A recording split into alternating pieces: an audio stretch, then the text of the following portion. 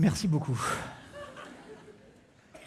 Je crois que c'est la première fois qu'on me présente comme ça, avec autant d'attributs. Vous savez, ce qui est intéressant, c'est quand je suis arrivé à Québec, le mois dernier avec mon épouse.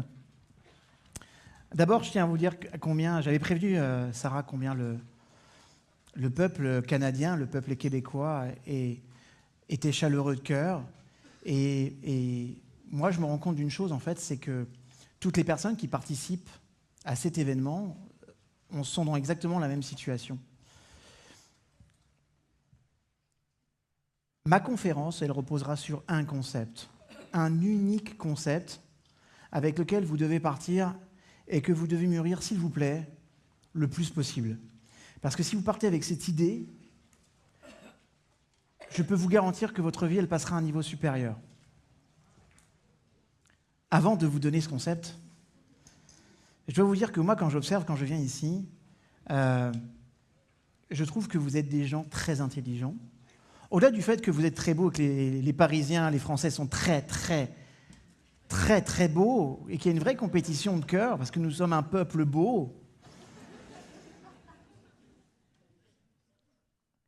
Je ne sais pas si vous avez remarqué, alors je sais qu'hier vous aviez des intervenants français, il y avait Olivier Roland, il y avait David G. Sinon, depuis 3 jours, nous n'avons que des intervenants qui sont des intervenants étrangers, avec des mecs bizarres. C'est-à-dire que Martin, il a juste commencé en vous expliquant, vous savez, là, il y a 5 minutes encore, je n'avais pas mes chaussures et mes bas. Ça veut dire que déjà le mec, il vous fait un aveu direct, ce mec porte des bas. C'est-à-dire que vous allez recevoir l'enseignement d'un type, quand même, qui porte des bas. Après, l'après-midi, pour la première fois de ma vie, je suis confronté à un homme fontaine. Je ne savais même pas ce que ça voulait dire, que ça existait. Je comprenais le concept à peu près. Mais qu'il existe. Et même le mec a réussi à te dire qu'à un moment donné, il pétait de la boue. Je dis, mais ces Canadiens, ils ont vraiment des aptitudes qu'on n'a pas. Ils mouillent beaucoup, ils pètent de la boue, ils mettent des bas. Après hier, je sais qu'hier, vous aviez Alexandra. Oh yeah! Laurent? T'es où, Laurent? Essuie-toi. Tu baves. Quand même, il y a aussi un truc que j'ai trouvé absolument dingue. D'abord, je veux juste vous dire une chose, c'est que quand j'ai démarré dans mon métier, ça a quelques décennies maintenant, j'aurais rêvé, j'aurais donné toute ma fortune, même s'il n'était pas énorme, j'aurais donné un rein pour participer à un séminaire comme celui-ci qui m'explique les stratégies, comment fonctionner, comment réussir. Vous savez, ce qui est intéressant, c'est que les participants, les intervenants qui sont venus ici, ils ont épluché les plus grands. Je sais que Martin est en apprentissage constant. Vous savez, ce qui est intéressant, c'est de voir combien cet homme, il est dans l'humilité. Parce qu'il suffit parfois d'un mot, d'une phrase qu'on va lui dire à Québec pour qu'il l'intègre systématiquement ici. Et ça veut dire qu'il est en perpétuelle évolution. Ce que nous disait très bien François Lemay, en nous expliquant que de toute façon, tant qu'on reste dans un schéma de progression constante, on est toujours dans un schéma de réussite. Je sais aussi que Nicolas, hier matin, a partagé avec vous les difficultés, la vraie, dure réalité. Vous avez aussi compris une chose, c'est que tous, sans aucune exception, sont passés par des moments qui sont des moments incroyables, que ça soit en haut ou en bas. Il y a même un homme fontaine qui vous a dit « It's okay, it's a process ». Quand tu as un homme fontaine qui te dit ça, ça donne pas pareil. Je ne sais pas quoi vous raconter aujourd'hui. Vous savez, quand je suis ici, j'ai toujours quand même une part de moi qui est en train de dire « Ok, qu'est-ce que tu vas pouvoir leur raconter qui pourrait les amener à passer à un niveau supérieur dans votre vie, dans leur vie ?» Alors, je vous remercie du fond du cœur pour toutes les interactions, les personnes qui sont venues me voir par rapport à mes vidéos. J'ai vu beaucoup de stagiaires que j'ai eus en formation de coach.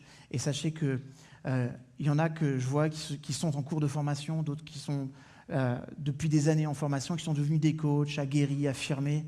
Et ça, vous ne pouvez pas savoir à quel point ça me touche de voir que vous avez vécu cette transformation-là. Parce que quand même, il faut que je vous dise, vous avez en face de vous un expert, un vrai expert en lose.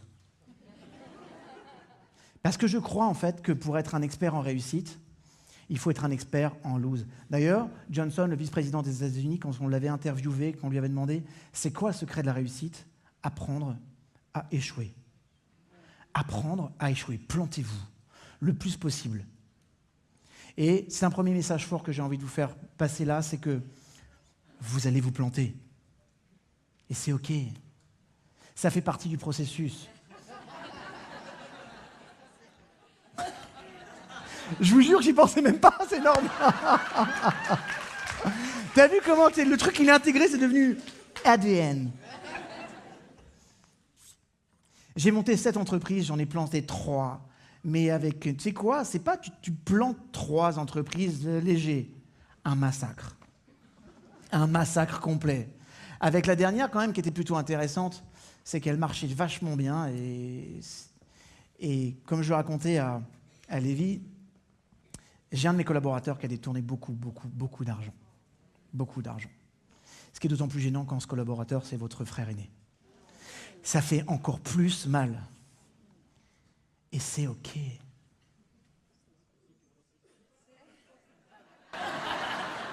C'est génial de passer le dernier parce que finalement, tu peux balancer n'importe quoi, tu dis juste une phrase et c'est parti. Ça fait partie de la vie. La seule chose qui fait que vous allez accepter tout ça, c'est l'intelligence de sens que vous donnez au cœur de votre projet. C'est le sens. Quand je vous disais qu'il y avait un concept sur lequel je voudrais que vous agrippiez fortement pendant cette conférence, c'est le fruit d'une citation du Maharal de Prague qui disait « L'essentiel de la vie, c'est de passer du potentiel au réel. » C'est ça le concept de base. Passer du potentiel au réel. Le monde a changé. Le monde change à une vitesse dont vous ne pouvez même pas encore imaginer. Je pars vivre avec mon épouse en Israël parce que nous avons pris la décision d'abord d'aller vivre dans ce pays et je vais transformer ma vie en faisant de la recherche pendant à peu près 60% de mon temps. C'est-à-dire que je viens de renoncer à la plupart des grands projets que j'avais avec les grands groupes pour pouvoir me consacrer exclusivement à ce que va être le cerveau dans les 25, 30, 40 prochaines années. Et ça m'excite vraiment, mais je peux vous garantir que la révolution que nous sommes en train de vivre maintenant, à tous les niveaux, à tous les étages, partout, c'est rien. Je veux juste que vous compreniez que les produits de 2030 au niveau du web, 80% des produits ne sont pas encore créés. Juste entrer dans la perspective de cette idée. 80% des choses ne sont pas encore créées. On a pensé que le monde était structuré autour d'idées forces. Moi, quand j'étais gamin, on me disait « David, bats-toi à l'école, va jusqu'au bout, parce que tu verras après, tu vas être peinard. » La promesse, c'était, tu sais, bosse jusqu'à un certain moment de ta vie, et après, profite, guy. Mais c'est fini, ça. Cette règle de l'apprentissage à l'enfance, et après, c'est terminé, c'est terminé. Vous savez tous comme moi qu'on va devoir vivre toute notre vie en restant dans un schéma d'apprentissage constant. Et celui qui ne fait pas ça, il est paumé. Il est perdu. Vous savez ce que j'ai trouvé extraordinaire quand je suis arrivé à l'académie à Lévis? Naturellement, quand on va dans un pays étranger, on a envie de visiter. Et on s'était promis avec mon épouse de dire, écoute, tu sais quoi? Comme le temps il est très limité, parce j'ai eu un mois de mai, mois de juin, comme j'ai rarement eu dans ma vie, on a été dans 7 pays différents, on a préparé aussi beaucoup d'allers-retours avec Israël pour préparer l'appartement. Je remercie mon épouse tout de suite qui s'est chargée de toutes les démarches administratives. Et croyez-moi, vivre dans un nouveau pays, c'est quelque chose d'incroyablement complexe. Et si elle n'avait pas été là, je pense que le projet n'aurait pas été possible. Mais ouais, vous pouvez. Ouais, c'est un super projet. D'ailleurs, ça me permettra facilement de rebondir tout à l'heure sur une idée que je crois profondément, sur le fait qu'on ne peut pas réussir seul. C'est terminé. Celui qui croit à la théorie du self-made man, il a 30 ans de retard. Ça, c'était bien à l'époque de Tapi. On était des winners. Des winners, on n'est pas des tapettes. Aujourd'hui, vous avez des modèles qui sont des modèles complètement différents, de mecs qui réussissent et qui mettent des bas. Ça veut bien dire que le modèle, il est différent, non ou pas? Ok. Ce monde a changé. En Israël, j'ai rencontré des types qui viennent de construire une machine permettant de positionner 250 gènes sur une micropuce.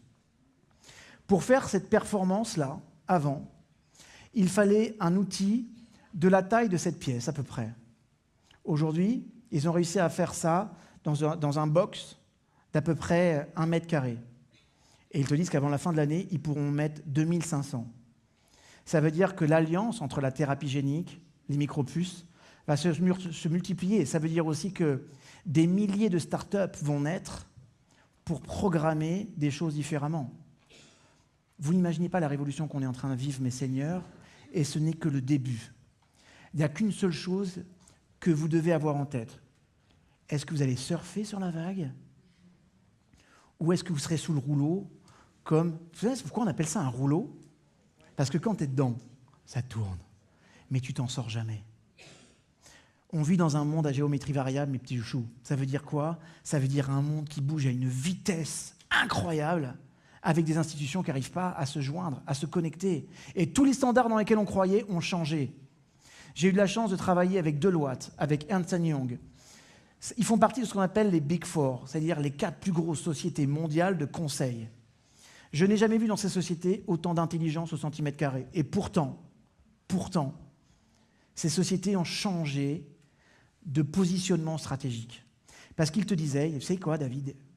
L'un des grands hauts responsables de Deloitte me disait ça il y a encore 2 mois.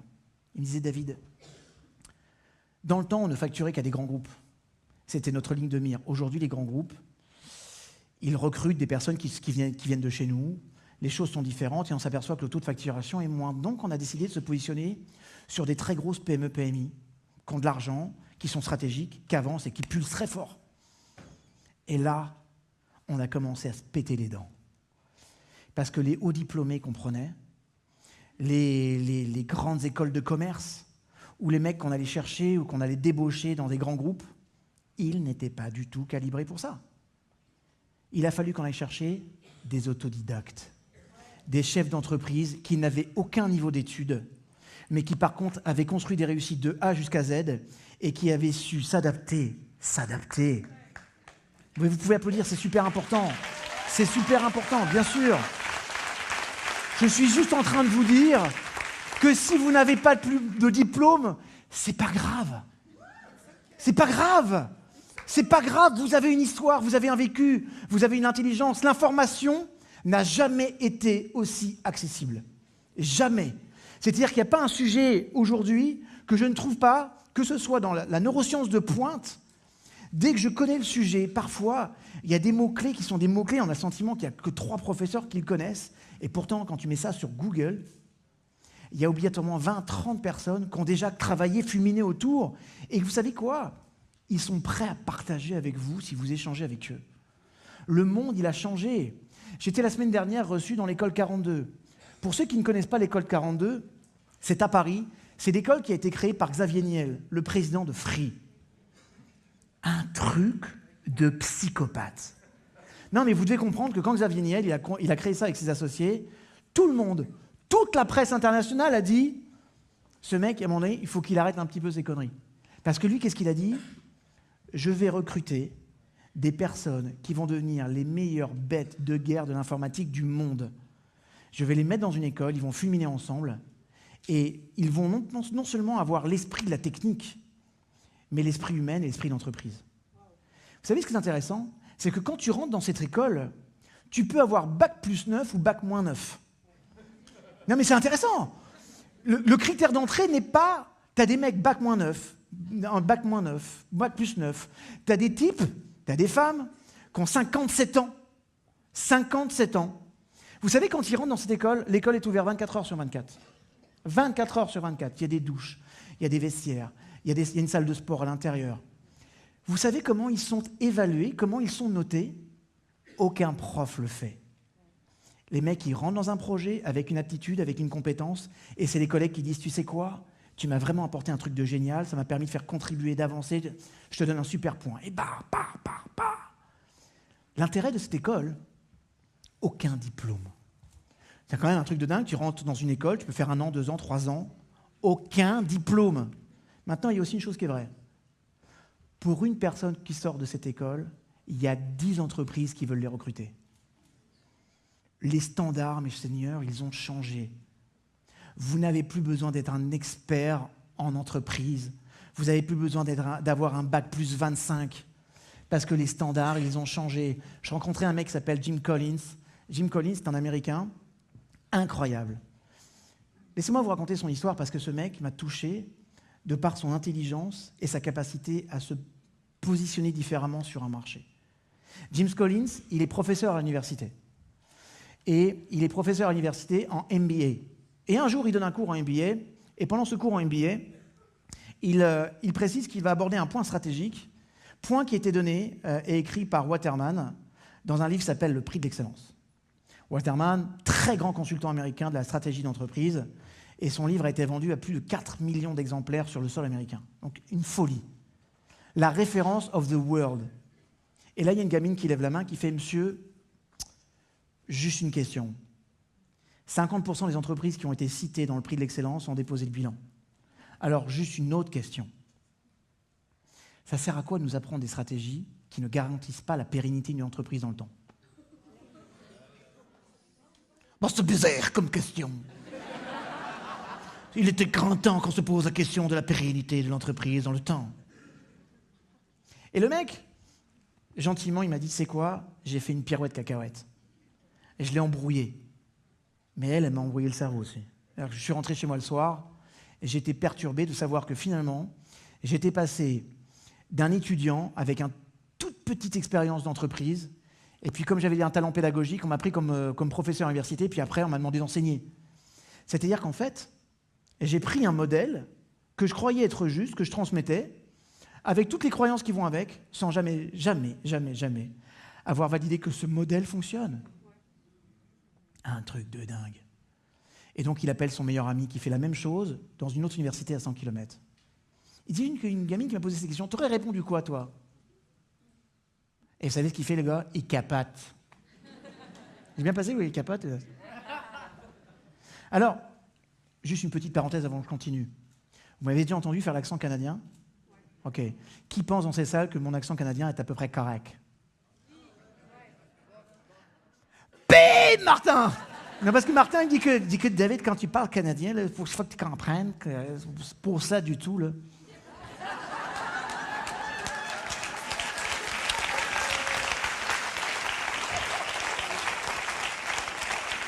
OK. Donc Jimmy, il est parti, et avec son pote, ils ont dit, tu sais quoi, et si on posait des questions? Alors, ce serait quoi l'angle stratégie? D'accord, elle a soulevé un problème, c'était la pérennité d'une entreprise dans le temps, c'est vrai? Alors, c'est quoi les indicateurs clés les plus importants? Que ton entreprise, elle tienne dans le temps et qu'elle soit rentable. Mais Seigneur, c'est vrai que le point de départ ne doit pas être l'argent.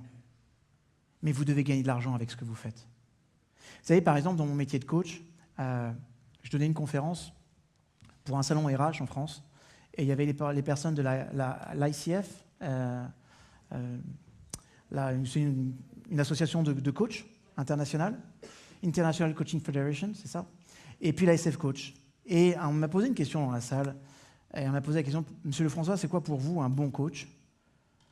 Et je leur ai dit, pour moi, un bon coach, c'est quelqu'un qui a des clients. Et là, non mais vous allez voir, vous allez comprendre. Non, vous allez voir. Il y a le gars de la SF Coach qui fait, non, nous, on n'est pas d'accord, c'est vachement mercantile, c'est d'abord un positionnement, une posture, une droiture d'esprit et un éthique irréprochable. Tu déconnes là ou quoi? Moi, je vais vous dire un truc. Vous ne pouvez pas être un coach éthique si vous ne gagnez pas de l'argent. C'est un principe de base. Parce que si tu crèves la faim, le moindre dossier qui va passer devant tes yeux, tu le chopes. Même si tu n'es pas calibré pour, tu vas le prendre parce qu'il faut que tu bouffes. C'est la vie, c'est la dure réalité du métier. Vous savez une chose, vous ne pouvez pas savoir comme j'aime profondément les clients que j'ai en formation de coaching. D'abord parce qu'ils viennent tous avec une même volonté, avec des mêmes valeurs. Je les recrute et vous savez quoi? Je les sélectionne. Vous savez pourquoi je les sélectionne? Parce que mes formations, elles sont complètes à chaque fois. Et aujourd'hui, avant, je refusais à peu près 30% des gens. Aujourd'hui, j'en refuse plus de la moitié. C'est-à-dire, plus de la moitié des gens, je dis que c'est super d'être venu me chercher. YouTube m'a permis une meilleure visibilité, mais pour ça a été un peu un handicap, parce que malheureusement, il y a plein de personnes qui viennent me voir en disant « J'ai vu ce que tu fais, les conférences, là, je vais être coach comme toi. Il y a un projet. Viens, on va valider les choses. Que je sois certain que ce que je vais t'apporter, ça correspond vraiment et à ton besoin, et à la personnalité qui est la tienne, et à ton projet. » Et aujourd'hui, on refuse près de 50% des gens. Ok ? C'est un luxe extraordinaire, mais par contre, je peux vous garantir que les personnes qui rentrent dans ces formations, quand elles en sortent, elles étaient déjà coachs avant de rentrer, elles sont des super coachs en sortant, avec un système de valeurs qui booste très fort. Moi, si je suis capable de refuser mes clients, ça veut dire que je vais pouvoir sélectionner mes clients. Vous voyez ce que je veux dire ou pas ? C'est-à-dire que quand je prends une personne en coaching, je sais une chose, et vous allez trouver ça prétentieux, mais je sais une chose, c'est que son projet, elle va l'atteindre. Parce que je me sens complètement engagé et je l'ai choisi. Même Milton Erickson, le père de l'hypnose ericksonienne, refusait près de 80% de sa clientèle. On a dit de lui qu'il avait 100% de résultats. Mais il faisait un tri, et c'est OK. C'est bon pour vous ? OK. Alors, ce Jim Collins, il est reparti, et ils ont mené une étude incroyable avec 2 critères essentiels. Premier critère, qu'est-ce qui fait qu'une entreprise est durable ? Et deuxième critère, qu'est-ce qui va faire qu'elle est rentable ? D'accord ? Donc, pour mener une vraie étude, ils ont pris toutes les entreprises centenaires qui gagnaient beaucoup, beaucoup d'argent. Ça veut dire quoi, beaucoup d'argent ? Ça veut dire que si la moyenne de chiffre moyen de rapport à l'équilibre financier est à 1, ils prenaient les entreprises à 3.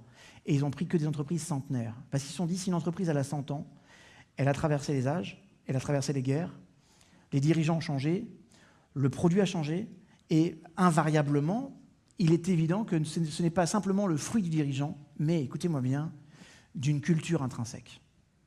Et là, géantissime, parce que tout ce qu'on apprend dans une école de commerce, vous le prenez, vous le mettez à la poubelle, et vous avez des nouveaux standards. Et pour la première fois de toute l'histoire du management stratégique, on avait une personne qui était capable de dire « Les gars, vous vous plantez. Si vous allez dans une école de commerce, on dira « Il faut identifier son marché.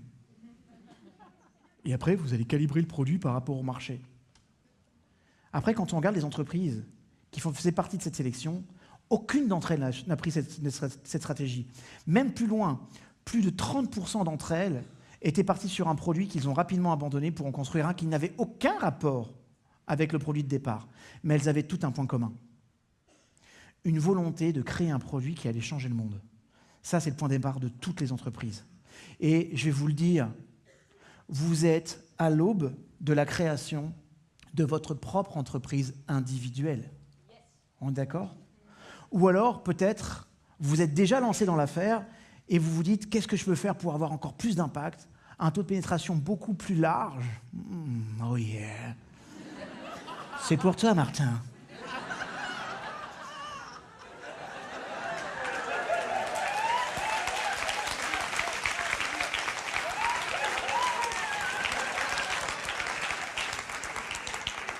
Si seulement vous pouvez savoir comment cet homme m'a touché dès le départ. Et lui non plus ne savait pas. Mais moi, à l'époque que je t'ai rencontré, j'avais une petite liste. Et depuis que je connais Martin, c'est vrai que j'ai une plus grosse liste. Qui renforce une idée très très forte. Je plaisante, mais il y a un truc qui est vrai. Non, il y a un truc qui est vrai. Vous êtes la somme des personnes que vous fréquentez le plus. Vous êtes la somme des personnes que vous fréquentez le plus. Vous pouvez dire tout ce que vous voulez. Regardez vos potes. Regardez les personnes autour de vous. Est-ce que ce sont des personnes d'influence ? Est-ce que ce sont des personnes intelligentes ? Est-ce que ce sont des personnes joyeuses ? Est-ce que ce sont des personnes qui réussissent ? Parce que si l'ensemble de tes copains sont pauvres, dépressifs, qu'ils sentent mauvais, moi je prends ton critère, ça sent le vécu. Bon, il y a de grandes chances que tu ailles vers cette chose-là. Ça veut dire aussi que vous devez être conscient de ce que vous allez construire. Donc le monde a changé. Et si ce monde change et toi tu ne t'adaptes pas, il y a de grandes chances que tu te fasses happer. Je ne fais plus du coaching aujourd'hui comme je le faisais il y a 10 ans. C'est pas vrai. Et vous savez, j'ai eu une très grande leçon le jour où j'ai donné une conférence à Lausanne. Je donnais une conférence à Lausanne pour le coaching et la modélisation des sportifs de haut niveau. J'ai expliqué à 14 fédérations qui étaient là, avec les directeurs de fédération qui étaient là, comment on peut disséquer l'état d'esprit d'un sportif de haut niveau et de dupliquer cet état d'esprit.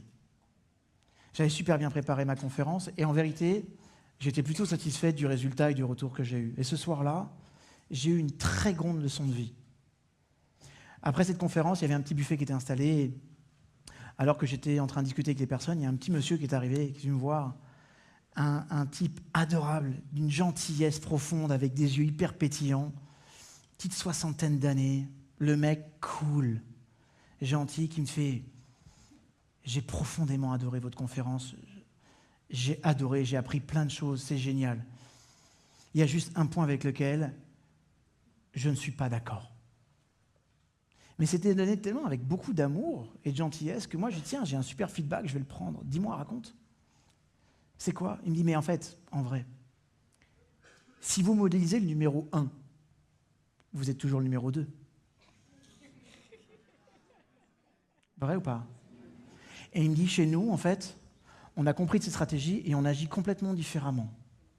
Ok, c'est qui chez vous?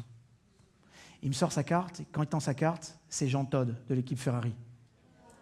J'avais le patron de la voiture automobile la plus puissante, la plus avancée, la plus...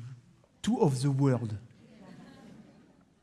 J'ai dit, ok, comment vous faites? Il me dit, ouais, je vous explique. Nous, on éclate tout. Une voiture, on l'éclate. On l'éclate. L'aérodynamisme, les freins, les pneus, les amortisseurs, l'accélérateur, le turbo, on éclate tout. Et ensuite, on identifie qui est le meilleur dans ce domaine-là, dans le monde. Et on fait deux choses. D'abord, on fait tout pour lui arracher son brevet. Et ensuite, on se pose une deuxième question. Qu'est-ce qu'il va devenir dans 10 ans? Et c'est ça qu'on modélise, monsieur. Et là, on aura du coup 10 ans d'avance sur le meilleur. Un exemple, quand Ferrari travaillait, il prenait, à un moment donné, les voitures allant de plus en plus vite, avec une poussée d'accélération de plus en plus forte, ils avaient décidé de travailler sur les freins, il fallait qu'ils s'améliorent. Et il y a un type aux États-Unis qui va travailler sur un truc qui s'appelle les dragsters. Vous savez, les dragsters, c'est une espèce de voitures fusées qui vont à plus de 1200 km/h. Et après, pour freiner quelque chose qui va plus vite qu'un avion, tu as intérêt d'avoir des putains de freins.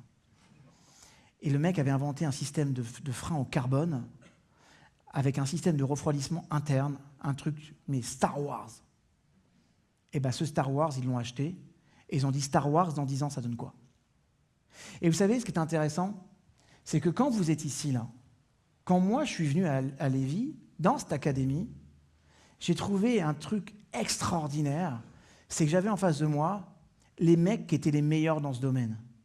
Je sais pas, quand on a la chance d'avoir une Alexandra qui nous dit « Je tourne toutes mes vidéos à un rythme de dingue, en 3 langues », c'est Super Jimmy. Bon, ceux qui ne connaissent pas Super Jimmy, vous avez moins de 40 ans. Et je vous déteste. Ok? La Super Jamie, c'est un truc de fou. Ça, et sa chaîne, elle est propre, elle est classe, elle est géniale. Maintenant, laissez-moi vous dire aussi une chose. Moi, je me suis lancé dans l'aventure des vidéos grâce à Martin et grâce à une personne qui a filmé mon intervention. Parce qu'un jour, je commençais à avoir des personnes qui me disaient « Écoutez, on a pris rendez-vous, on a adoré la conférence que vous avez mise sur Internet. » Alors, laissez-moi vous parler des réseaux sociaux. Pour moi, c'était l'ennemi public number 1. Mais comment ça? Je vais quand même pas faire ça, les réseaux sociaux. Et pourtant, les personnes me disent, on a adoré, ça a été utile. Et moi, à l'époque de Martin, j'ai dit, Martin, dis-moi, parce que tout le monde disait, c'est ce que vous avez fait pour vous savez, votre ami canadien, là. Mais oui, le mec qui met des bas. J'appelle Martin et je dis, Martin, la vidéo, tu l'as mise sur Internet? Il me dit, non, c'est sur le portail de l'académie. J'ai un nouveau rendez-vous, la personne me dit, si, je vous jure que c'est sur Internet. Et donc là, je suis allé sur Internet et je me suis vu. Et effectivement, la personne qui avait mis la vidéo sur Internet, ce n'était pas Martin. C'était la boîte de production qui avait filmé. J'ai appelé cette personne et il m'a dit, écoute, j'aurais dû te le demander. C'est pas grave. Entre-temps, j'ai regardé les commentaires. Et il y avait des commentaires tellement sympathiques, ça avait l'air d'aider tellement de gens. Et il y a une chose qui m'a touché, c'est qu'une personne dit, tu sais quoi, je rêvais d'aller dans une de tes formations, je n'en avais pas les moyens, merci d'avoir mis cette conférence gratuitement dessus. J'ai dit, c'est cool. C'est cool parce que là, il y a peut-être un tas de personnes que je vais pouvoir toucher. J'essaye. Je suis dans aucun des standards qui existent. Je ne me suis pas renseigné comment ça marchait, une vidéo, une pastille. Je n'ai pas fait la formation de David J, qui est vraisemblablement une très très très bonne formation. Quand je fais mes vidéos, je fais une prise, une seule prise. J'en fais jamais deux. Donc ça marche, ou alors je ne la fais pas. Il y a la seule chose que je vais faire au montage, je monte avec un truc qui s'appelle iMovie.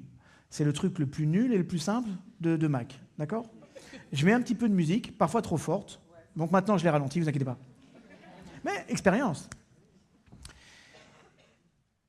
Je suis aussi éberlu de voir que cette chaîne, en un an, cette semaine, on aura dépassé les 6 millions de vues, rien que sur la chaîne. En un an et demi, on a presque 22 000 followers. Et je n'ai fait aucune pub. Mais je crois savoir pourquoi elle fonctionne bien. C'est parce que tout ce que je donne, mon intention de départ, c'est que de l'amour. Ouais, vrai, je peux vous dire, oui. Merci. Quand vous donnez quelque chose, la vraie question que vous devez vous poser, c'est quelle est votre intention de départ? Quand je coach, quand je suis avec ma femme, quand je suis avec mes enfants, quand j'ai une interaction avec un ami, quand je vais donner ma conférence ici, quelle est mon intention de départ? Parce que je vais vous dire une chose, l'intention que vous avez au départ, vous l'aurez toujours à l'arrivée. Combien de fois j'ai des amis qui commencent à me dire, tu sais, moi j'arrête, le couple ça marche pas, ça fonctionne plus. J'ai toujours ce réflexe de dire, c'était quoi ton intention de départ? Est-ce que ton intention de départ, c'était de vivre une aventure incroyable avec une personne que tu aimes profondément parce que tu étais persuadé que c'était l'homme ou la femme de ta vie? Ou est-ce que, parce que je te connaissais aussi à l'époque, ton intention de départ, c'était de quitter le foyer familial? Parce que si ton intention de départ, c'était de quitter le foyer familial, ça a marché. Mais tu t'es trompé d'intention de départ. Alors, mes seigneurs, pour ceux qui pourraient se reconnaître dans ce genre d'histoire-là, comprenez une chose, c'est que ce n'est pas parce que l'intention de départ elle est ratée que vous ne pouvez pas la rattraper. D'accord? Parce que peut-être qu'on a fait plein de choses avec pas la bonne intention de départ. Mais rien ne nous empêche un jour de nous arrêter et de nous dire « Ok, eh ben maintenant je continue avec cette intention-là. » Parce que l'intention, vous pouvez la créer à chaque instant de votre vie maintenant. Alors, maintenant qu'on est tous ensemble, je vais aussi vous poser une question qui me semble extrêmement importante. J'aimerais que, s'il vous plaît, que vous leviez la main, ceux qui, profondément, même si vous ne savez pas comment, même si vous ne savez pas pourquoi, sentent qu'au fond, ils peuvent apporter quelque chose à ce monde et le changer. Levez la main. Waouh, putain. Ok, merci. Merci. Maintenant, levez-moi la main aussi si, à un moment de votre vie, vous étiez dans une situation professionnelle, ou peu importe, et vous étiez mal, mais vous ne saviez pas pourquoi. Ok. Vous savez, ce qui est incroyable, c'est qu'on se rend compte d'une chose, c'est qu'il y a des moments dans la vie où on sait qu'il y a un manque. Vous savez ce que c'est, ce manque?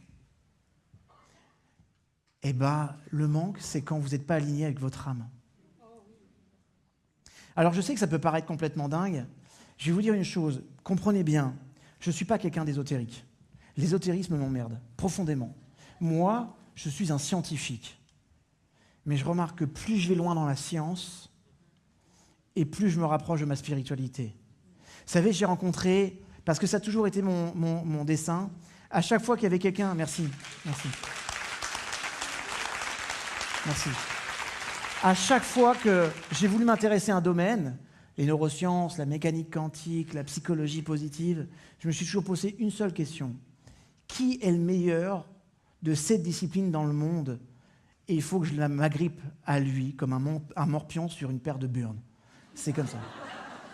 Au moins l'image, elle passe. J'essaie de me mettre à niveau. Non, écoutez, attends, parce que je vous rappelle quand même que les Canadiens, ils pètent de la boue. Tu vois bien? Ok. Et j'ai donc eu la chance de rencontrer les plus grandes tronches du monde dans un domaine hyper spécifique, pointu. Je m'attendais à ce niveau-là d'avoir des scientifiques qui me diraient « la spiritualité, petit chou, dégage ». Parce qu'ici, on est des scientifiques. Ben non. Ben non. Tous, vous avez entendu? Tous, sans aucune exception, m'ont dit « David, avec toutes les recherches qu'on a faites, nous savons qu'une seule chose, c'est que Dieu démarre où la science s'arrête. » Waouh!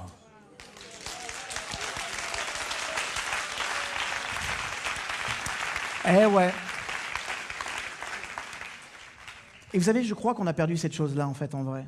Je crois que ce monde, qui va vraiment pas bien, d'accord, a perdu cette clé essentielle de mettre cet espace de la création divine dans chacun de nous.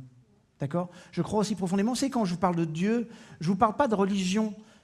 Je suis quelqu'un qui a une pratique religieuse.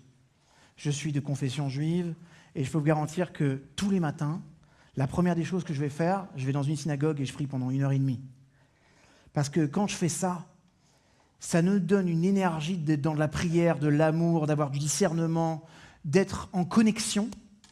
Je peux vous garantir qu'après, donne-moi tous les problèmes du monde, donne-moi toutes les conférences du monde, donne-moi toutes les formations du monde. Je kiffe. Et je donnerai le meilleur. Merci. Il y en a une sur rien. Merci.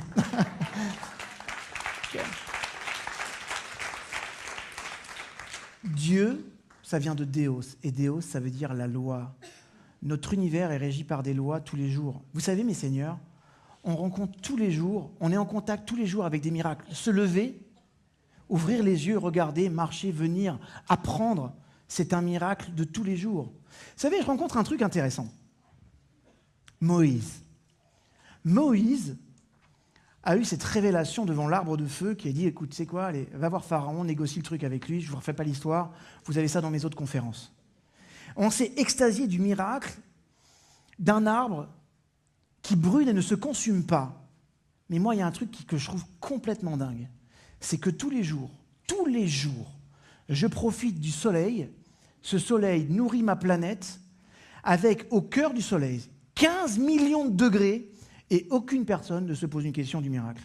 Aucune personne ne dit « Mais ça fait 5 milliards que ça fonctionne comme ça. » Et on arrive, on avance sans aucune conscience que ça, limite, c'est pas normal. Vous savez que notre planète, si elle sortait ne serait-ce que d'un seul degré de sa courbe, nous serions tous morts. Tous morts. Mieux encore, vous prenez une cellule souche, une cellule neutre, vous la mettez dans un cerveau, ça devient une cellule de cerveau, vous la mettez dans un foie, ça devient une cellule de foie. Comment elle sait? Moi, j'imagine la cellule qui débarque. Bonjour. Oui, cellule souche, bonjour. Je débarque complet. Vous êtes qui? Intestin, on va se faire chier, là. On peut changer? Non, juste. Non, mais parce que parfois, on se trompe de recrutement. Moi, j'imagine le mec qui fait médecine et qui un jour s'est dit « je vais être proctologue », un jour, il a peut-être envie de changer, être, je sais pas, opticien, juste pour changer de truc. Parce que le mec, il va quand même bouffer du caca toute sa vie, quoi. T'as intérêt d'aimer la merde, vraiment. Mais non. Là, ce qui est intéressant, c'est que d'entrée, il y a quelque chose, il y a une absorption, et aujourd'hui, tous les scientifiques sont incapables de te dire comment l'information est transmise. Nous vivons des miracles tous les jours, mes seigneurs. Et ces miracles, ils sont là, ils sont présents. Ce que je veux dire par là, et pourquoi j'en viens ici, c'est que le monde, il est divisé en deux. D'un côté, on a de la dimension matérielle, d'un côté, on a la dimension spirituelle, et avec le temps, on a commencé à séparer tout ça. Thank you, Newton. Grâce à Newton, ou plutôt à cause, on a commencé à séparer les idées. C'est-à-dire qu'on a pris quelque chose comme un tout, mon corps physique, mon âme, et on l'a séparé. Vous savez comment on appelle cette capacité qu'on a de séparer quelque chose qui était uni? Diaboliser. Oh yeah. Diaboliser. Et qu'est-ce qui s'appelle rassembler ce qui était désassemblé? Symboliser. Et pourquoi je vous dis ça? Maintenant, on va mettre un pied dans la science. On a étudié, je suis allé dans le Minnesota, et avec l'université de Minnesota, il y avait une étude qui était faite avec eux. Et avec cette université, on a découvert un truc qui était très intéressant, en lien avec l'université de Vancouver. Quand une personne met en place dans sa vie une dimension spirituelle, vous mettez tout ce que vous voulez derrière le mot spirituel. François le disait très bien l'autre jour, Brahma, Vishnu, Mahomet, Moïse, le Christ, les anges, la vie, l'amour universel, vous mettez ce que vous voulez. Mais à partir du moment où une personne a la foi, je vous rappelle que la foi, c'est une expérience, la religion, c'est un système. Ok? Religaré, être relié à. D'accord? La religion est un système me permettant d'entretenir ma foi. Mais on n'a pas besoin de religion pour avoir la foi. J'ai rencontré tellement de religieux qui ne servaient à rien. Mais vraiment. Vraiment. Maintenant, si ta religion, elle est bonne, elle est saine, et si elle est étudiée avec intelligence, avec de vrais maîtres qui t'enseigneront ce qu'il y a vraiment à l'intérieur, ça peut être cool. Mais maintenant, je remarque une chose, c'est que les personnes qui ont la foi, toutes sans aucune exception, vont stimuler deux parties de leur cerveau au niveau du cortex supérieur et du lobe préfrontal droit. On va surstimuler. Quelqu'un qui a la foi active quand il a un problème et qu'il a la foi, il active ces deux zones-là qu'une personne qui va se dire agnostique ou qui n'est pas vraiment dans sa foi n'activera pas. Et vous savez ce qui est intéressant, c'est que ces deux zones-là sont spécifiques à 1, la créativité, 2, la gestion du stress. Ça veut dire que quelqu'un qui a la foi, il a beaucoup moins de stress qu'un autre. Et ensuite, il a beaucoup plus de créativité. Laissez-moi vous donner un exemple de ça. Parce que quand on a la foi quand tout va bien, c'est facile. D'avoir la foi quand tout va mal, c'est hyper complexe. C'est comme être positif. On dit, ouais, mais sois positif, ta gueule! Tu vois pas que ça va pas bien, merde, ta gueule! Je suis perdu, voilà. Non, mais sois positif. Il y en a quand même, des mecs qui prennent des risques. Il y en a aussi qui vont dire, tu devrais trop lâcher prise. Good.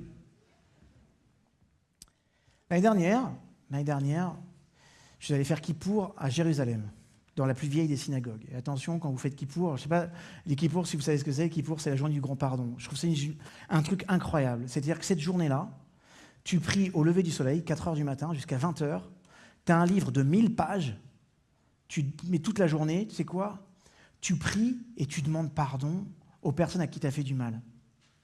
Donc tu vas penser, j'ai pensé toute la journée, à la moindre petite interaction que j'ai pu avoir, et j'ai essayé de penser à un maximum de monde. Et ce qui est curieux, c'est que plus j'y pensais, plus j'avais des personnes. Et je demandais pardon. Et on appelle ça un grand nettoyage. Quand vous sortez d'une journée comme celle-ci, t'es pas fatigué, tu as une énergie, tu pourrais bouffer le monde. Ce soir-là, j'appelle ma femme, j'appelle tout le monde, et mon assistante m'appelle pour me dire « David, je suis désolé, une mauvaise nouvelle, on a un gros contrôle URSAF qui débarque. » Pourquoi j'ai fait le Karcher? Je fais une journée de Karcher complet et encore des trucs pourris qui me reviennent. Ok. Le rendez-vous est pris. Et là, en fait, cette société, elle est à Rouen. Mon siège social est à Rouen. Là où vivent mes parents. Et là, le type, je l'appelle le lendemain, il me donne un rendez-vous. Je donnais une conférence, je ne pouvais pas. Et j'écoute, il me dit, alors la semaine prochaine, mais pas plus tard. Et il me dit, vous apportez tous les dossiers, les comptes, le truc, la totale. Et là, tu sais que tu vas avoir affaire à l'administration sociale. La vérité, même si tu as la conscience tranquille, tu pètes de la boue. Pour ce faire, le rendez-vous a eu lieu un jeudi matin. J'avais rendez-vous 2 semaines plus tard avec mes parents. Et j'ai donc appelé mes parents et j'ai dit, écoutez, les parents, c'est les vacances, c'est jeudi. Je viens avec les enfants, je vais venir vous voir. Et je passerai de jeudi à dimanche avec vous et on va avancer parce que j'ai un rendez-vous. Ok, super. Mes parents étaient tout le temps contents de venir me voir et tout ça. Donc je viens les voir. Je demande l'adresse à mon père. Il me dit, écoute, pose la voiture, c'est au bout de la rue. Cool. Je vais au bout de la rue. J'attends le type pendant 45 minutes qui m'avait complètement oublié, sous la pluie. Donc je suis là, je suis trempé avec mes dossiers. Le type arrive, il est confus. On rentre à l'intérieur et le gars me dit, Monsieur Lefrançois, il faut que je vous dise un truc. Ma mère est infirmière et elle est fan de votre chaîne, elle vous adore. C'est énorme parce qu'il fallait que je sache qui vous étiez parce qu'en fait, il y a eu un truc qui n'allait pas sur votre assistante qui est à Cabourg, vous êtes à Paris, et la société est à Rouen. Il y a des trucs, vous l'avez déclaré ou pas? Je m'ai fait évidemment. Donc je sors le document, j'avais comme ça 200 pages. Hein. Le document, ah mais je suis confus. Ah mais oui, par contre, je suis obligé de vous redresser. Je suis obligé de vous redresser. 39 €. Ok. Vous savez quoi, on va faire ça maintenant, parce que sinon, j'y penserai plus. Et là, dans ta tête, tu fais ça, tu fais « Thanks God ». Merci pour le nettoyage.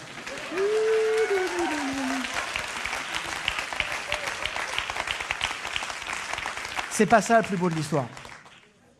C'est pas ça le plus beau de l'histoire. Le plus beau de l'histoire, c'est que cet après-midi-là, mon père était parti chercher un meuble et il m'a demandé si je pouvais venir lui donner un coup de main. Donc je viens lui donner un coup de main et on discute et on parle d'une amie à lui qui est morte et tout ça. Et lui il me dit, tu sais, moi je suis vraiment inquiet. Le jour où je partirai, j'ai peur pour maman. Je dis, t'as peur de quoi? Ben, il me dit, tu sais, comme c'est moi qui gagnais les revenus et qu'elle était femme au foyer, il va y avoir une différence de revenus, ça m'inquiète vraiment et tout ça. Je dis, papa, écoute-moi bien. Tu me dis combien tu gagnes, tu me dis combien maman elle gagne, peu importe la différence, je prends en charge. Te soucie jamais de savoir si tes enfants vont subvenir aux besoins de leur mère. C'est la moindre des choses. Parce que franchement, c'est pas ça que je dois vous donner, mais c'est 1 milliard de fois ça que je dois vous rendre. Il n'y a pas de problème. Et tu sais quoi? J'en profite aussi pour te dire un truc parce que je ne te l'ai pas assez dit. Ou alors, je n'ai pas su te le dire. Je t'aime profondément. Tu es un rustre. Je ne t'ai pas parlé pendant 10 ans. On s'est pardonné, on s'est compris. Mais juste comprends un truc. Tu as été un père fabuleux et tu as été un grand-père comme jamais j'ai vu de toute ma vie.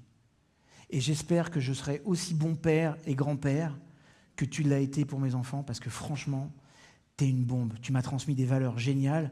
Et tu sais pas, je me suis rendu compte d'une chose, c'est qu'au fond dans la vie, j'ai peur de rien parce que j'ai un père qui m'a amené à avoir peur de rien. T'es une bête. Et malgré toute ta simplicité, t'es un père génial. Pour la première fois de ma vie, j'ai vu mon père qui m'a pris dans ses bras. Ouais, tu pouvais. Il m'a pris dans ses bras et il m'a dit combien il m'aimait. Juste pour l'histoire, le week-end d'après, il a eu un arrêt cardiaque, il est mort. C'est-à-dire que si je n'avais pas eu ce contrôle, jamais j'aurais avancé la date de mon rendez-vous et je serais passé à côté de tout ça. Merci mon Dieu. Tout à l'heure, une personne est venue me voir pour m'expliquer qu'est-ce que tu fais dans les vies. Je lui pose la question pendant qu'on prend la photo, il me fait « Je suis en plein burn-out. » Félicitations. Tant mieux. C'est dur ce que je suis en train de te dire, mais tant mieux. Tant mieux. Parce que ce que vous vivez là maintenant, les moments les plus difficiles que vous vivez sont ceux avec lesquels vous allez vous bâtir le plus. Et quand Nicolas vous dit « Vous allez en chier !» c'est vrai et en même temps, tant mieux. Vous savez, imaginez un monde dans lequel tout le monde réussirait, où tout le monde serait riche, où tous les blogs marcheraient, où toutes les chaînes YouTube feraient 1 milliard de vues. qu'est-ce que ça serait chiant. Et je suis sûr qu'il y en a qui s'assureraient d'être quand même pas bien. Parce que ça, c'est un truc qui est génétique. On s'entraîne souvent pour être pas bien. Un truc de fou. Alors, le Créateur a décidé de mettre en place un truc qui s'appelle la sélection. D'accord ?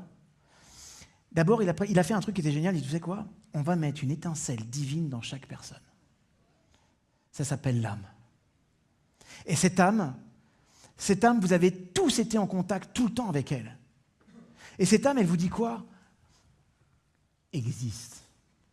Réalise-toi. Quel que soit le chemin, existe. Exister, ça veut dire quoi ? Ça veut dire être à l'extérieur. Ex-ester. Mais existe. Et la réalisation, c'est quoi ? C'est quand le devenir de ce que tu es profondément à l'intérieur s'incarne dans la réalité. Et cette âme-là, elle a envie de bouger. Vous la sentez quand vous êtes dans le mal-être, en disant « je ne suis pas bien, je ne sais pas pourquoi, je ne suis pas à ma place, mon job, mon truc, ça ne va pas. » Mais tu sais qu'il y a quelque chose de plus grand, plus fort que tu veux réaliser. Qui a déjà senti ça ? Levez la main. Cool. Alors cette âme-là, elle va partir et elle va devoir traverser différentes souches. La première, c'est la couche de l'intellect. Quand ton âme, elle traverse le couche de l'intellect, ça s'appelle la volonté. Je veux changer, je veux faire quelque chose. J'ai envie de me réaliser. Et puis après, de cette volonté, tu vas commencer à mettre un premier pas dans la notion d'action. J'agis, je pose une action concrète. Quand ton âme, elle passe par la sphère de l'action, ça s'appelle la motivation. Et puis après, cette motivation, elle va s'incarner dans le vécu, dans le réel, dans le temps. Et ça s'appelle la détermination. La détermination, c'est la capacité que j'ai d'aller jusqu'au bout des choses, jusqu'au bout de ce que je suis. Et vous savez quoi, mes seigneurs ? C'est un choix. C'est un choix. C'est un choix. Maintenant, attention, ce choix, vous devez l'assumer. Vous savez, ce qui est intéressant, c'est que ce soit au niveau physique, que ce soit au niveau mental, émotionnel, entrepreneurial, pour s'en sortir, aujourd'hui, il faut se battre. D'accord ? Alors je sais qu'il y a tout un trip postulé qui dit non, il ne faut pas se battre, on n'est que amour. Et quand tu te mets dans l'amour, c'est cool parce que tu reçois rien, Arrêtez, parce que si tu peux être dans l'amour dans ton canapé, tu vas être dans l'amour dans ton canapé tout seul. Il y a un moment donné, il faut se confronter au monde réel, il faut se confronter avec la réalité, il faut agir, mais agissez. Ça veut dire quoi ? Ça veut dire que cette sélection naturelle dont je vous parle, elle a trouvé un moyen parfait, c'est de prendre des personnes qui ont un potentiel et qui s'obstinent, vous avez entendu le mot obstiner, à le rendre réel. Ça veut dire quoi ? Ça veut dire que vous tous ici avez un putain de potentiel. Rendez-le réel. Vous avez une histoire, vous avez des compréhensions, vous avez une ligne de vie, vous avez fait des rencontres. Tout ça, ça a une valeur incroyable. Parce que je vais vous dire une chose, une simple interaction ici avec Martin, quand j'étais là avec mon épouse, avec Sarah, on a suivi le training à Lévis, j'ai compris à quel point j'étais nul. J'avais des idées reçues sur les réseaux sociaux, j'ai changé ça. Vous savez quoi, un truc dingue, je te remercie parce que tu vas voir tout le bienfait que tu peux faire. C'est quand je suis rentré à la maison, je dis à Sarah, il faut vraiment que je m'occupe de ça. J'ai pris conscience à travers l'Académie Zéro Limite, à laquelle j'avais participé pendant 3 ans en guest, en disant, je vais vous donner des trucs, les gars, pour réussir, alors qu'en fait, j'avais rien de plus que vous. Parce que moi, j'avais encore plein de choses à apprendre. Et j'ai encore tellement de choses à apprendre. Et quand j'ai appris ça, je me suis concentré, je suis rentré, j'écoute. J'active mon réseau, je vais voir les personnes, et je vais leur dire, trouvez-moi un mec qui est une bête de course sur les réseaux sociaux. Et j'ai trouvé un petit jeune de 20 ans, génial. Et il me dit, je suis encore en train de terminer mes études, je m'en fous, tu bosses pour moi. Ah ouais, non, mais je veux faire un truc à mi-temps, je m'en fous, tu bosses combien tu veux. Avec 1 000 euros, je m'occupe de tout. Tu les as. Mais c'est maintenant et tu go. Go, go, go, go. Et le gars, il ne me connaissait pas. Et le lendemain, il va voir la chaîne, il fait « T'es un mec génial! Tu te rends compte, ta chaîne, tu savais que tu étais un youtubeur ?» Je dis « Non, je ne suis pas un youtubeur. » Je te jure que non. Mais il me dit quand même, c'est énorme les trucs. Puis les commentaires. Mais il me dit, ça va être un plaisir de bosser pour toi. Et puis c'est dommage parce qu'en vrai, tu aurais pu monétiser, je vais regarder, mais tu aurais pu monétiser ton truc YouTube, tu aurais pu gagner de l'argent avec ton truc. Ce n'était pas mon point de départ. Moi, ce que je voulais, c'est mettre des vidéos et offrir. Vous avez remarqué, moi, ma valeur principale, la plus importante pour moi, c'est la générosité. Elle a construit toute ma vie. Je me suis rendu compte que chaque fois que j'étais généreux dans ce que je faisais, dans ce que j'offrais, j'avais toujours des résultats incroyables. Donc comme ça marche, en putain d'égoïste que je suis, je continue. Donc je donne, je donne. Je fais pas de pub, je fais très rarement de la pub, parce que c'est pas mon truc. Et en vrai, on a eu cette conversation avec Martin. Moi, les lancements orchestrés, ça me saoule. Ça me saoule. Que de recevoir 14 mails des mêmes mecs qui se cooptent entre eux en disant « Ouais, tu sais, ouais, moi je fais te dire... » Je trouve ça sympa il y a 4 ans. Maintenant, quand je vois ces trucs-là, je les zappe, je les lis même plus, ça m'agace. Et je sais que je passe peut-être à côté des messages incroyables. Mais moi, j'ai pas de structure, je fais pas de trucs vidéo, alambiqués, j'ai une prise, un truc. Mais parfois, il y a des personnes qui viennent me voir en disant « Tu sais quoi, tu devrais faire ceci. » Combien tu as de vues? Combien tu as de followers? Ok, j'en ai juste 10 fois plus que toi. Je vais continuer. Ok? Mais ce gamin-là, il a pris le truc en main. 3 jours plus tard, il me disait au fait, je me suis trompé. Tu avais cliqué sur un bouton monétisé, mais tu n'avais jamais réclamé. Sache que tu as 12 000 € qui débarquent à la fin de la semaine sur ton compte Google. Parce que, vous avez regardé un truc intéressant. Tout le monde m'a dit, David, quand tu fais des pastilles vidéo, cours. Cours, c'est du développement personnel. Et même ma femme, que j'aime plus que tout au monde, m'a dit, t'es un peu long parfois, c'est tes histoires. Et juste avant de rentrer, je vous jure, qu'est-ce qu'elle m'a dit? Concis, David. Parce qu'elle sait que quand je me tape un délire de mon histoire, wouh! Ok, mais c'est ça qui est intéressant. J'ai fait une vidéo, d'ailleurs sur son conseil aussi, il faut le dire, parce qu'un jour, on était en plein pique-nique, et il y a une personne, un garçon qui avait sa mère à côté, qui était en panique, et sa mère, en fait, était en train de faire un AVC. Donc je suis venu l'aider, et dans une des pratiques d'arts martiaux que j'ai, il y a un système dans lequel on peut appuyer très très fort sur des points spécifiques pour relancer l'énergie globale d'une personne. Donc avant même qu'elle s'affaisse, j'avais relancé tout ce truc-là, et j'ai dit tu t'appelles tout de suite les secours, et tu dis qu'il y a un soupçon d'AVC. Et tu demandes la salpêtrière direct. Le soir, cet homme m'a appelé, m'a dit écoutez, merci, c'était bien un AVC, super, machin. Et Sarah, on était dans l'avion pour Casablanca, elle m'a dit mais comment tu le savais? Bon, quand tu étudies les neurosciences, on parle de ce truc, on a un cours, on te dit les gestes qui sont les gestes essentiels. Je me dis, je comprends pas. Tu fais des vidéos sur plein de trucs, ça c'est un truc essentiel, pourquoi tu ne fais pas une vidéo là-dessus? Donc j'ai profité dans nos bureaux à Casablanca de prendre 10 minutes, 12 minutes pour être exact, pour faire cette vidéo. Je l'ai lancée. Dans la semaine, cette vidéo où je suis en plein champ, 12 minutes c'est long pour expliquer les 4 gestes de l'AVC. Dans la semaine, elle avait fait déjà 1,5 million. Aujourd'hui, cette vidéo, elle est rendue à plus de 4 millions de vues. C'est un truc de fou, un truc de psychopathe. Et j'ai compris aussi une chose, c'est que quand vous faites quelque chose qui est utile, qui sert au plus grand nombre, et qui est intelligent, les standards, on s'en fout. Parce qu'à un moment donné, les gens vont coopter l'intelligence. Donc si ce que vous faites profondément, si votre intention de départ est toujours juste, ça marche. Alors, je voudrais aussi vous terminer un petit peu cette conférence sur un positionnement. J'ai encore combien de temps, Martin? Pardon?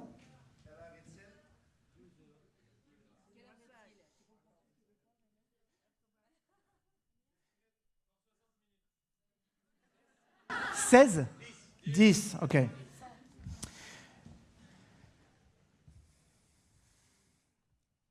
J'ai eu la chance, je faisais un calcul l'autre jour, j'ai accompagné 7 champions du monde dans des disciplines différentes, 4 champions olympiques, j'ai accompagné des équipes sportives, des grands chefs d'entreprise, des vedettes, vous en connaissez une, j'ai beaucoup travaillé dans l'univers de la télévision avec lequel je collabore beaucoup, J'ai eu une année fantastique cette année. J'avais décidé d'accepter de collaborer avec Sophie Davant sur son émission, Toute une histoire, ce qui était prenant, mais je voulais faire ça, je trouvais ça intéressant. Et le support, je le trouvais intelligent, et elle aussi. Cette année, je donnais aussi, pour la première fois, des cours à l'université en neurosciences, que je trouvais super, avec des personnes qui sont quasiment tous des pharmaciens. Donc j'avais aussi du répondant en face de moi, et c'était cool. De tous ces coachings, de tous ces conseils que j'ai pu donner, et puis de toutes les erreurs que j'ai commises, il y a des choses qui sont redondantes sur la raison pour laquelle les gens échouent. Et avant de partir, c'est sympa de vous donner une conférence sur la réussite ou sur les principes et de vous dire que vous êtes des êtres spirituels. Je vous en supplie, partez avec cette idée. Vous êtes avec des êtres spirituels. Moi, vous n'imaginez pas le jour où mon rabbin est venu me voir et il m'a regardé dans les yeux et me dit « David, tu ne réussiras pas. Tu ne peux pas réussir dans ta vie. » Et non, je vous jure, pas quel con. Quel bonhomme, quel maître. Parce que s'il y a un type que je respecte au monde, c'est lui. Et il m'a dit, je vais te dire pourquoi. Tu veux tout réussir par toi-même. Ça s'appelle l'ego, chouchou. Et François, tu le disais très bien l'autre jour quand tu parlais de co-création. Nous sommes tous dans une co-création. Mais il m'a dit un truc qui était sympa. Il dit, c'est quoi? Tu donnes le max. Fais ce qu'il faut, mais le résultat ne t'appartient pas. En une phrase, ça fait... Ça veut dire quoi? Ça veut dire que de toute façon, tout ce qui va venir, que ce soit bien, que ce soit pas bien, tant mieux. Tant mieux. Il y a de ça quelques années, je m'étais associé dans une entreprise avec deux personnes qui étaient des financiers. On avait monté une société qui allait chercher des fonds d'assurance, des fonds d'investissement dans le cadre de la loi TEPA en France. D'accord? On a levé la première année 21 millions d'euros. J'étais le président de cette société. Et on collaborait avec une entreprise qui fabriquait le fonds lui-même. Sauf qu'un jour, j'ai dit, vous savez, les gars, on a une super réussite, c'est bien, on gagnait beaucoup d'argent. Beaucoup d'argent. Juste pour info, systématiquement, nous, on gagnait 6% de tout ce qui sortait, de tout ce qui était investi. Plus 3% à la fin de l'année. Donc ça fait beaucoup d'argent. Et je leur ai dit, vous savez, on nous a promis qu'il y avait un système de gestion qui était propre. Je veux juste avoir la preuve que tout ça fonctionne bien. Donc, si ça ne vous dérange pas, ce président de cette société, je vais le confronter en lui disant « Ça fait plusieurs fois que je te demande, je suis le président de la boîte, moi, David Lefrançois, montre-moi la preuve que tout ce qu'on a vendu, tout ce qu'on a proposé en termes de formation, c'était vrai. » Parce que nous, on formait les conseillers qui faisaient ça. D'accord? On était la boîte d'interaction qui recrutait et qui formait. Simplement ça. Et en face, comme on investissait dans les entreprises, moi, j'avais mis des coachs en face. Et j'avais dit, vous savez quoi? On va financer les entreprises et moi, je vous mets un coach en face pour garantir l'investissement. Parce que ce n'est pas parce qu'on va injecter 1 ou 2 millions dans une entreprise que le dirigeant, il est calibré pour pouvoir assumer cette transformation. Donc, on va mettre un coach en face. Génial. Sauf que les coachs, je ne les ai pas. Enfin, je les ai, les coachs, mais les contrats pour eux, je ne les ai pas. Donc, je confronte plusieurs fois la personne, puis un jour, il me met en contact avec 2-3 entreprises. Et là, je me dis, comment on peut garantir des fonds en filant de l'argent à ces gens-là? Des entrepreneurs que je ne comprenais pas. C'était en Bretagne, alors j'ai rien contre les Bretons, mais là, écoutez-moi bien, rien à voir. Aucune stratégie, aucune valeur, aucun positionnement, aucune étude préalable, enfin rien. Donc ça commence à me faire peur, et le mec, je le confronte. Et je lui envoie une lettre en lui disant, écoutez, vous êtes un mec sympa, attention, le gars, il est président de l'ACAB à l'époque. L'ACAB, c'est l'association d'aide contre les abus bancaires. Ok? Donc on est censé avoir un mec qui a une grosse probité. Et moi, je le confronte. Je dis, écoute, t'es très gentil, t'es adorable, ça fait plusieurs fois que je te demande de me prouver tes investissements. Si tu ne le fais pas, j'irai voir chacun des conseillers et je leur demanderai de récupérer, que leurs clients récupèrent tous les fonds. T'as pas le droit de faire ça, machin truc, ne vous inquiétez pas, je suis quelqu'un de correct, je suis quelqu'un de sympathique. Ouais, Madoff aussi. Mais Madoff aussi. Il n'y a pas une personne qui connaissait Madoff qui vous a dit que ce mec n'était pas un mec gentil, adorable, avec des belles valeurs. Et vous savez quoi en plus, Madoff? Il a enrichi un tas de gens, en vrai. C'est parce que la tour de Ponzi, elle a vu sa fin. Mais son modèle, il aurait pu durer des années, en fait, en vrai. Donc j'écoute, ça va peut-être te vexer, mais je veux ça. Et à un moment donné, à ce moment-là, je me suis confronté à mes 2 associés, qui étaient des financiers. Et moi, je leur dis, les gars, vous savez quoi? Il y a l'argent et il y a les gens. Moi, je suis un homme des gens. Vous êtes un homme d'argent. Maintenant, je ne fais aucun compromis. Avec mes valeurs, je ne ferai aucun compromis. Donc, je vous préviens, moi, si ce mec, il ne me donne pas la preuve, je mettrai à exécution, je demanderai à tous les conseillers de récupérer l'argent. C'est comme ça. Tu es en train de tuer la poule aux œufs d'or, on peut lui faire confiance. Soyons pragmatiques. Je vais te dire un truc. Si quelqu'un demain vient me voir en me disant « Monsieur Lefrançois, vous avez formé des personnes, ces mêmes personnes sont venues me voir, ils m'ont convaincu d'investir dans un produit, j'ai mis tout mon argent, toute ma retraite, c'est mort. Écoute-moi bien, moi, je peux me tuer si ça m'arrive. Alors, je ne veux pas. D'accord ? Oui, on n'est pas d'accord. Alors voilà, écoutez, on va valoriser la société. J'ai fait valoriser la société à cette époque, et la société, mes parts représentaient à peu près 250 000 euros. Voilà ce qu'on fait. Les 250 000 euros, je vous les offre pour 1 euro symbolique. Mais vous sortez tous les coachs qui sont rentrés dans cette société, en mon nom. S'ils veulent sortir, vous faites sauter la clause de non-concurrence. OK. Parce que je me devais aussi de m'engager vis-à-vis des coachs qui étaient rentrés dans cette société. Donc on a arrêté là. J'ai clôturé la société, c'était complexe. Je suis après qu'ils avaient détourné un petit peu des commissions qui devaient arriver dans la société. Enfin, c'est pas grave. 1 an plus tard, le mec a été mis en examen. 1 an et 2 mois plus tard, je suis convoqué par la police en Bretagne. Et quand j'arrive, les mecs me disent quoi ? Monsieur, c'est une mise en examen. Vous allez arriver et c'est une garde à vue. Oh yeah! Il n'y a pas qu'Alexandra qui a eu ses problèmes. Et là, c'était pas des trucs de Monopoly. C'était 2 putains de vrais millions. Vous savez ce qui s'est passé? Donc je leur ai dit, écoutez, d'accord. Moi, je savais même pas. J'ai même prévu ma soirée chez un pote le soir même, à Brest. Laissez-moi juste passer un coup de fil à ma femme. C'est une mère juive. Si elle m'appelle toutes les 2 heures. Si elle ne m'a pas au téléphone, elle est morte. Bon, ok, donc j'explique ça à mon épouse.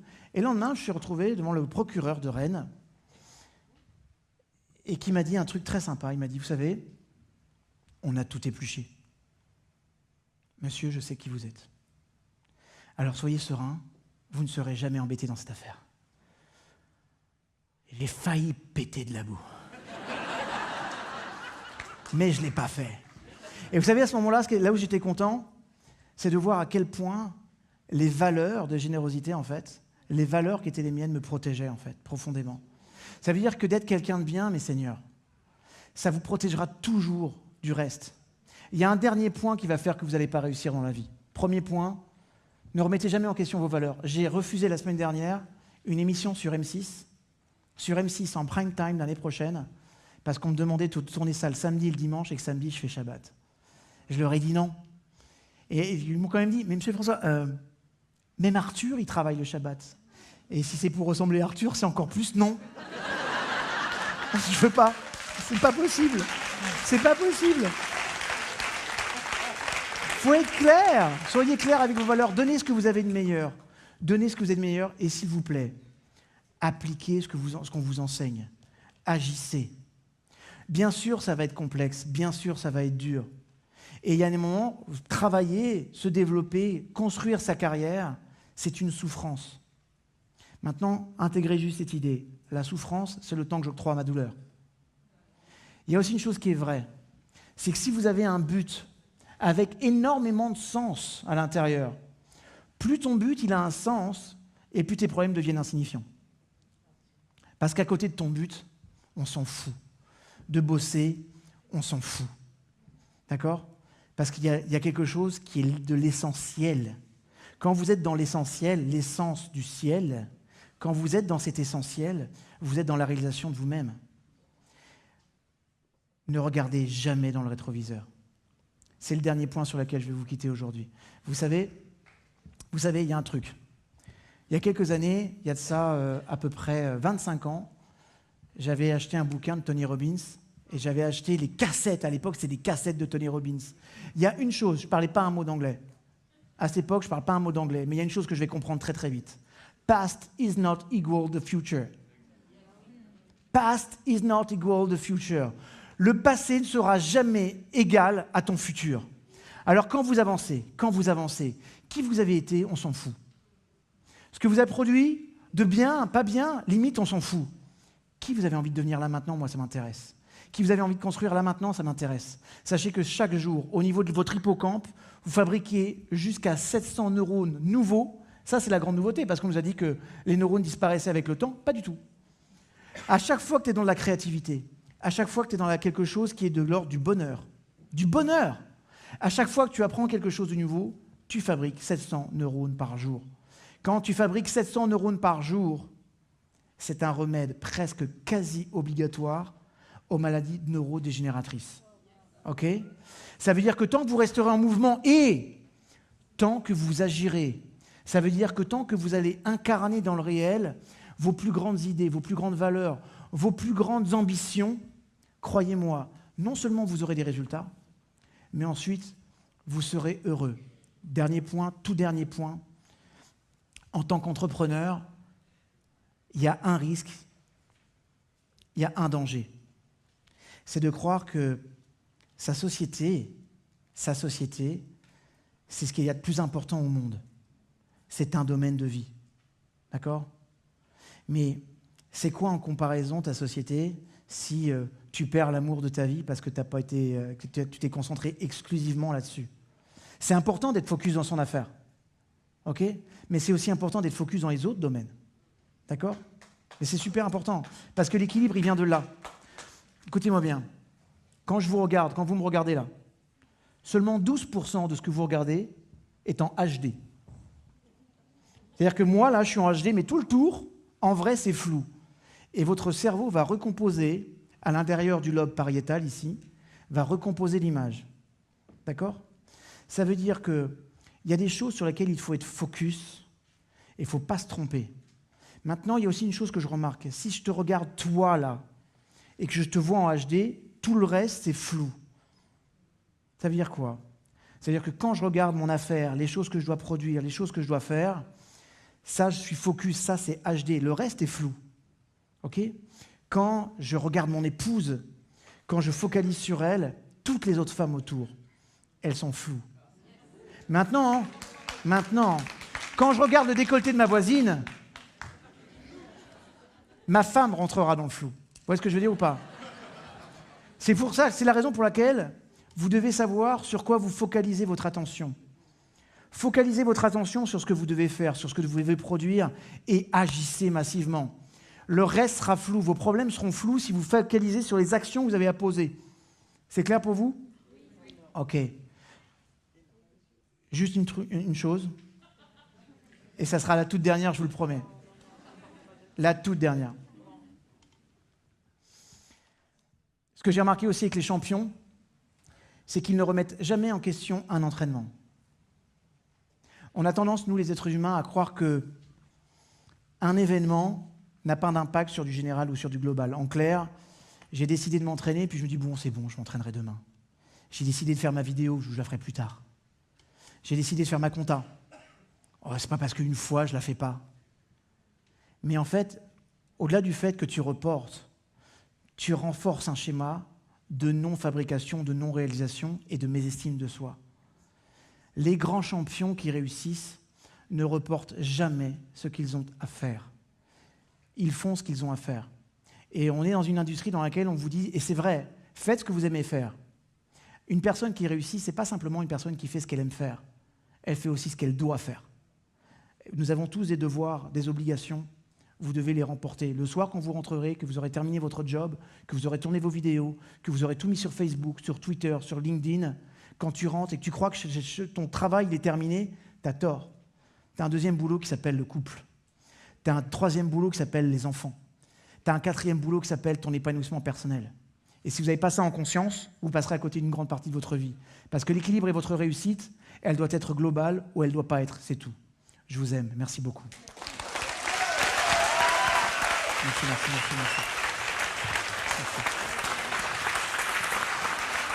Check. David Lefrançois, mesdames, messieurs, David Lefrançois.